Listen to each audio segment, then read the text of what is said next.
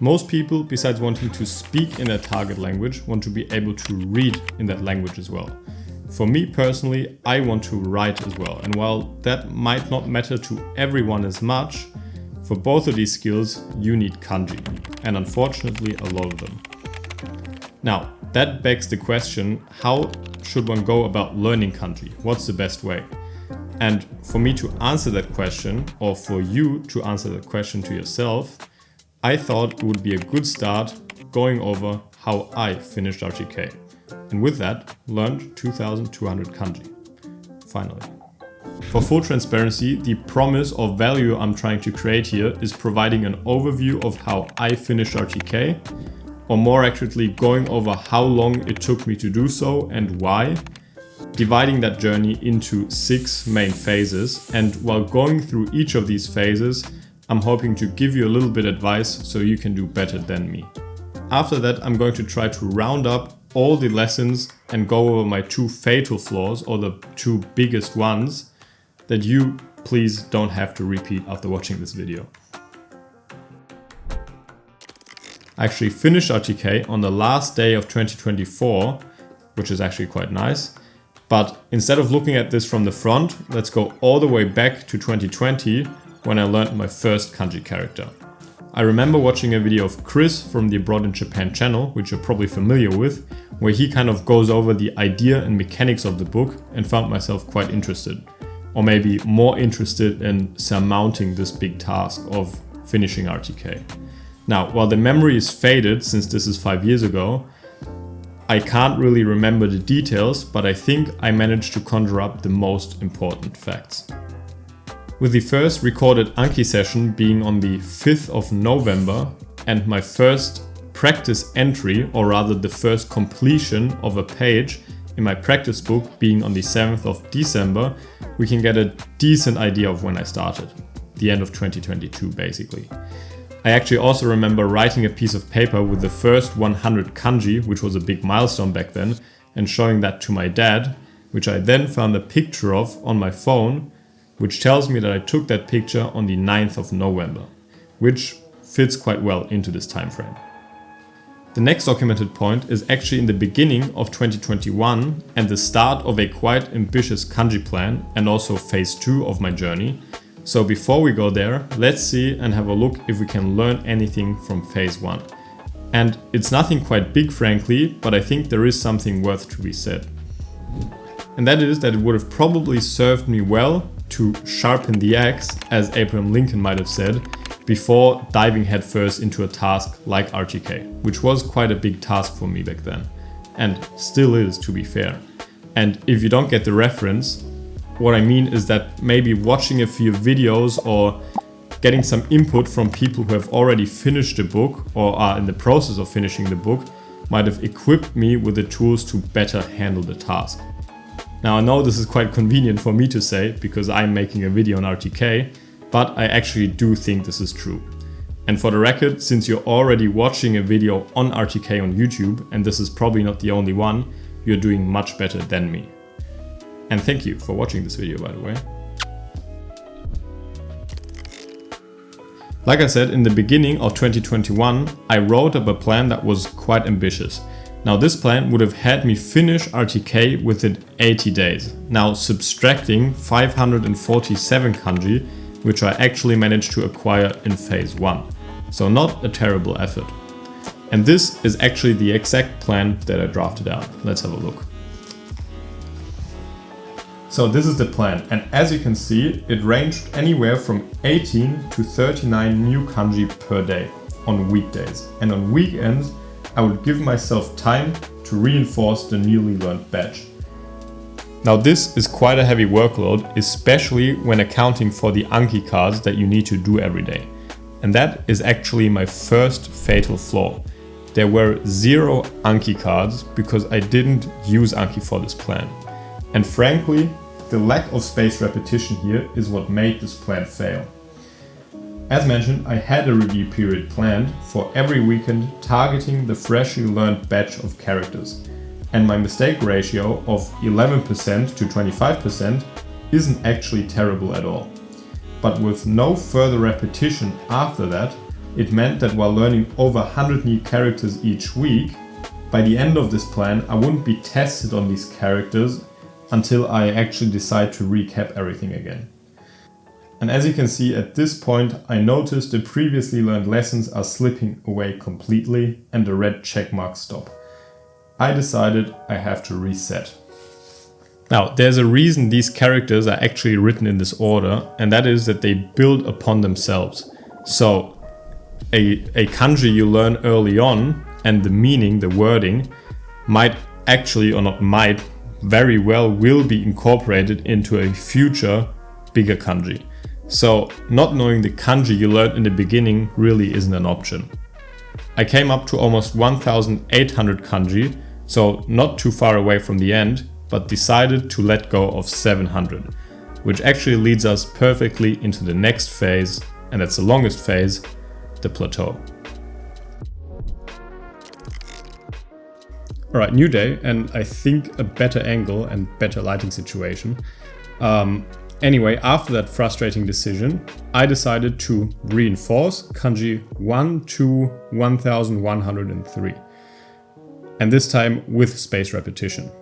So I did my due cards in Anki more or less consistently without adding any new cards for that plateau phase. And this plateau period lasted about 2 years and 10 months. And that is a very long time. Now, I think it is important to mention that a plateau or break like this is not necessarily awful. Now, in terms of strategy and learning order, yes, going through RTK in one fell swoop is definitely better or optimal, but the real problem here was actually psychological. If you decide to have a break from RTK, either because you need a breather from this whole RTK learning process or because you actually need to relearn some old kanji like me, I don't think that would be considered a fatal flaw at all.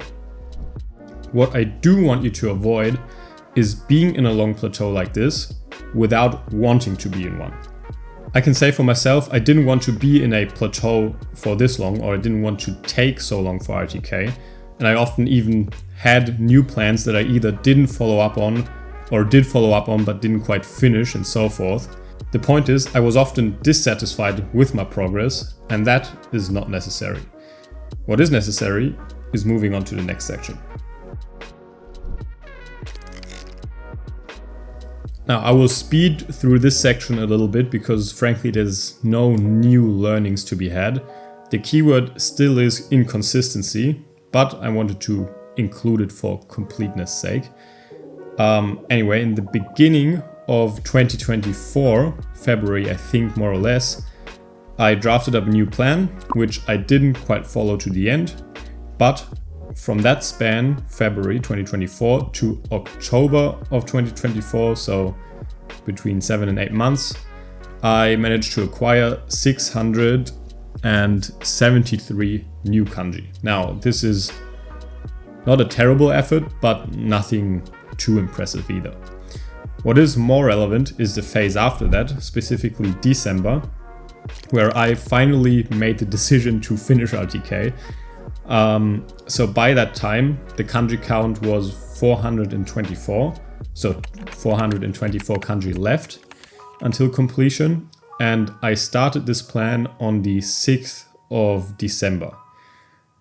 I finished this plan on the 31st, like I said in the beginning of this video, the very last day of 2024, which is quite nice. I also made an active effort to document this phase, like quite in detail. I always time-lapsed my session, saw like how long it took, what kanjis I learned, how many due cards there were each day and how many new cards, and so forth. You can probably extrapolate a lot of data from that, but the most important part is that it took 26.5 hours for me within those 25 days to finish 424 new kanji, plus a backlog of due kanji, which I think was like 300 to 400. Now that averages out to around 17 kanji per day. Now this being an average means that a few days might have been much higher in effort, maybe 2 hours or even 2.5 hours, and other days might have been much lower in effort. But now to the most important part of this video, what does all of this information actually mean for you? To clearly articulate my two fatal flaws again, the elephant in the room is the lack of consistency. The other is the lack of spaced repetition in my beginning intense plan. Now for this video, I don't want to focus on how to crack the consistency struggle because frankly, that's not just a whole video on its own, but rather a video series. But what I do want to say is that when it comes to achieving difficult things, whatever it might be, in our case, becoming fluent in Japanese, like consistent action towards your goals and becoming better over time really is the secret. And as a last word on consistency, my internal state, like including my personal life, work life, emotional well-being and all this stuff, have had a huge impact on my ability to be aligned with my actions. In other words, be consistent. So I think it can be valuable to ask why we think we're being inconsistent or why we struggle taking the actions that we set out to do, instead of brute forcing consistency with a kind of don't be a pussy attitude, which I do know does have its merit and time and place as well. Now for the second flaw, the SRS question, I do know that Anki is not the end-all be-all answer to all questions in life, and I hope I was able to make that clear in my other Anki video. But I do think for this special subcategory we are in, which this is a pretty specific subcategory within language learning, like language learning, Japanese learning, kanji learning, and then also kanji learning with this specific book, the advantages of using an SRS definitely outweigh the disadvantages. And if we look at my intense plan in the beginning and the lack of repetition, you could definitely modify the review periods that I had on the weekend to be much more efficient. But if you kind of tinker with days and repetitions and on this weekend you do this and actually manage to get a more or less working system, then you've basically just built your own SRS, which is fine if you don't want to use Anki, but I recommend using the tool that is actually, in my opinion, best for the job. Many people ask, or the big question is, how long does it take to finish RTK? And now that you've heard my story, you obviously know it depends, but let me give you a real answer. With all my experience and documentation, I honestly do think you can finish RTK within 3 to 6 months. What? And this may sound like a lot of bullshit coming from someone who took 4 years to finish RTK, but let me break it down a bit. During my big kanji plan in the beginning, I averaged at around 28 new kanji per day. On weekdays, like I said, and on weekends I had that recap period. This workload will definitely be increased if you add the Anki due cards, which I didn't do.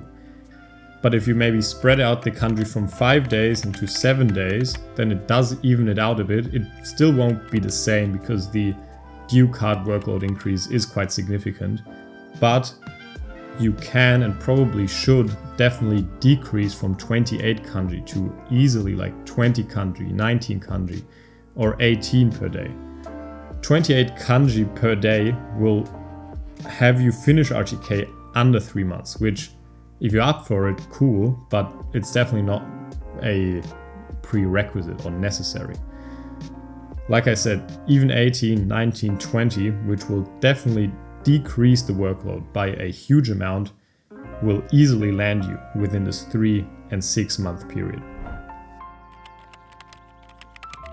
Most of us who are going through RTK are probably aiming for fluency or something close to it. And I think it's important to realize that because the people aiming for fluency are in this game for the long haul. I like to frame things as either finite games or infinite games. And most of us are viewing Japanese as an infinite game. Now, that doesn't mean that I want to study Japanese infinitely or be infinitely immersed in RTK or Genki or a grammar textbook, but it means that I want to probably be part of Japanese culture or speak Japanese for a very, very long time, maybe for the rest of my life. And for these people, for me, for us, I like to remember the quote, "Slow and steady was always the fastest way." And I think that is actually quite true. So if you don't have a very strict external deadline, maybe remember this quote, because even if you only do 10 kanji per day on weekdays or 7 kanji per day every day, then this will still land you about 10 months into finishing the whole book, which might sound like a huge amount of time, but really isn't. Especially when realizing that 7 to 10 kanji is really light and breezy. Like 10 kanji is not just half of 20 kanji. It feels much, much, much lighter because the due cards you get every day don't increase as much as 20 kanji. It's exponential. Now, if you do have a very strict external deadline, then game's on. But I do think you can still definitely achieve 3 to 6 months easily. Especially when you've already done challenging things in the past. I started as a high school graduate who maybe struggled in school and was used to studying a decent amount of time, but I wasn't used to doing a difficult thing in my free time. So I haven't really had to force myself or go through this consistency struggle in a scenario where I had the luxury of not doing the work. Now, if you're used to doing this, try as much as you like. You can go for 20, 25, 30 kanji per day. I'm definitely not saying this isn't possible. But if you do have the luxury, I think, like I said, slow and steady is the fastest way. And now, as hypocritical as this may sound, thank you for watching and stay consistent.